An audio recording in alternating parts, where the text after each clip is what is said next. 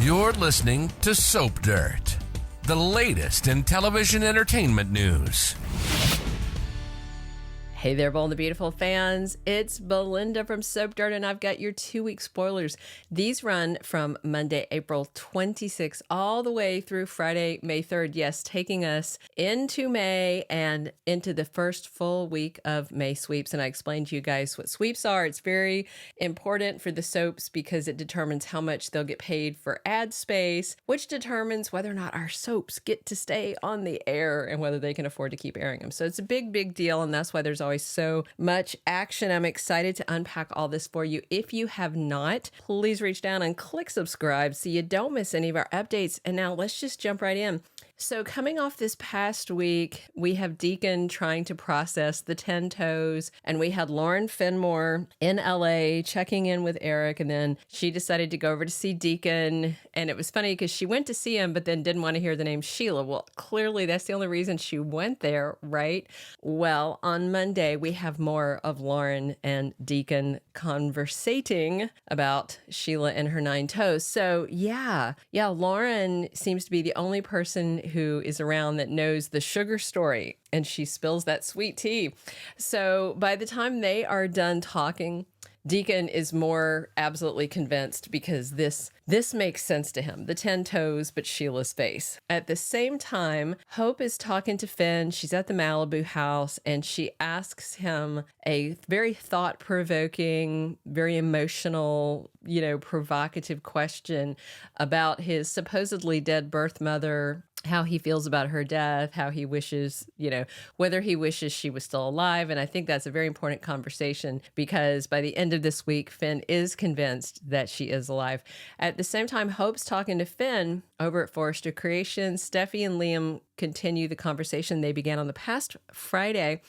And Liam actually suggests, well, maybe Deacon's onto something if he did really see 10 toes. And let's be real, Sheila being dead isn't good for Liam because Liam wants to steal Steffy from her husband, and Sheila being dead means she's out of the way, not a problem. Sheila being alive, that's good news for Liam. Tuesday, April 23rd, Finn and Steffy are back together. They're at the Malibu house. Looks like they're having a romantic evening, just them. The kids are either asleep or with the nanny or something because it's definitely grown-ups only. And Brooke finds out about the whole Luna drug mint Zende RJ thing.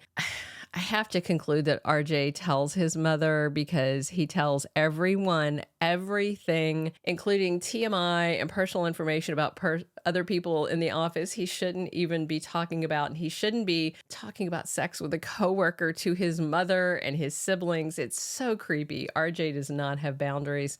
Brooke is very sympathetic to Luna because the same thing happened to her years ago when Ridge slid in her sheets while she was dating his brother and had taken a Xanax or something.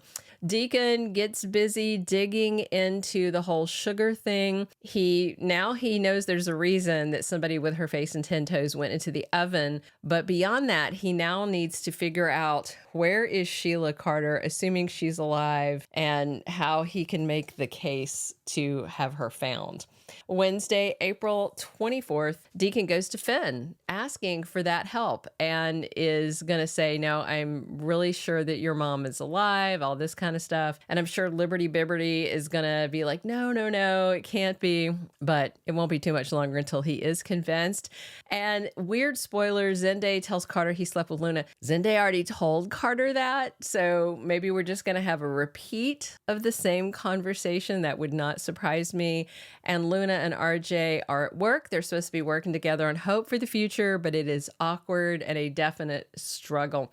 Thursday, April 25th, we have got Steffy and Hope. It looks like they're at the Malibu house, and they are talking about Deacon and Sheila. This may take place at the office, but I saw a spoiler photo that I can't show you for copyright issues, and it's the two of them sitting at a table at the Malibu house chatting. And they agree that Deacon needs to let Sheila go and stop this, and they agree that they are both both very glad that Sheila is dead and gone. Of course, both of them are going to be very upset to find out she's not, because Hope has just agreed to let Deacon start spending more time with Beth, but now this is a whole other thing. Ridge comes to Brooke with good news, but then she hits him with the bad news about RJ and Zende and Luna. And Deacon, trying to convince Finn, finally tells him, unwraps, and I'm sure it'll start on Wednesday, but on Thursday, he tells the whole insane sugar story that explains the theory, the 10 toes that he saw at the crematorium, all that good stuff.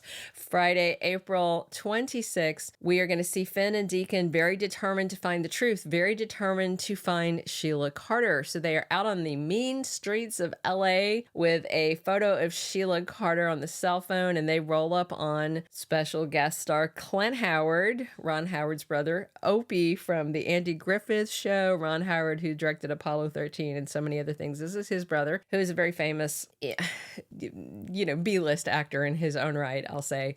And they run into him and they grill him about Sheila, and it definitely looks like he may recognize the photo on the phone, but I fully expect that to be in the last moments of Cliffhanger Friday. We'll see. The Forresters rally around RJ. Of course they do. Of course they close ranks, and, they're going to make him the victim in this, I guess. It's just, ugh.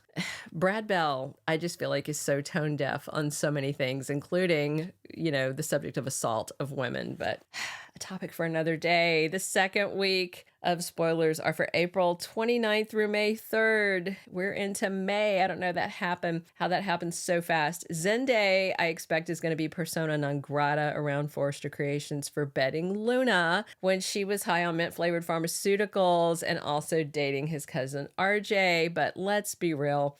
Nobody at Forrester should be throwing shade at him. Carter got a pass when he was boinking Eric's wife, Quinn, and Ridge did the exact same thing to Brooke that Zende did to Luna. The exact same thing, really. Thomas slept with Caroline when she had medication in her system. He didn't know it, but, very, very similar to what went on with Zende. Steffy is angry the week of April 29th as Finn continues chasing Sheila leads with Deacon. Homeless Tom is back on Monday the 29th. Definitely looks like he recognized the photo of Sheila Carter, and he could be the key to getting her back because, yes, Sheila will be found in May sweeps. Maybe she's in a luxury hotel room eating bonbons and drinking champers from room service, but I doubt it. I picture something more like tied up in a warehouse or like locked in a tiny room with 3 bottles of water, some little Debbies, and a bucket to pee in. Let's hope it's just pee.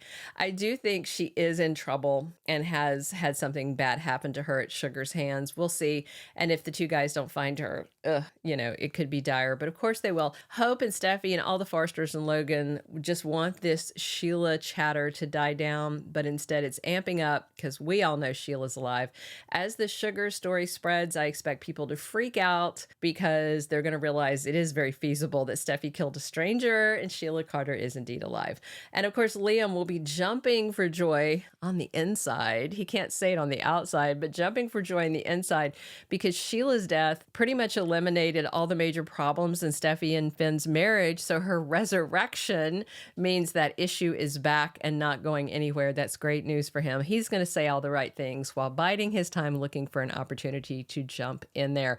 Those are all of our 2-week spoilers for B&B. If you haven't, please subscribe. Definitely drop your comments on what you are excited to see and come back soon. We're here talking B&B 7 days a week on your #1 YouTube Soap Opera Spoilers channel. And as always, it's Belinda from Soap Dirt. Thank you for being a loyal listener. Follow us wherever you get your podcast, because you don't want to miss the next episode. Soap Dirt is on all the major podcast platforms, including Apple Podcast, Spotify, iHeartRadio, and more.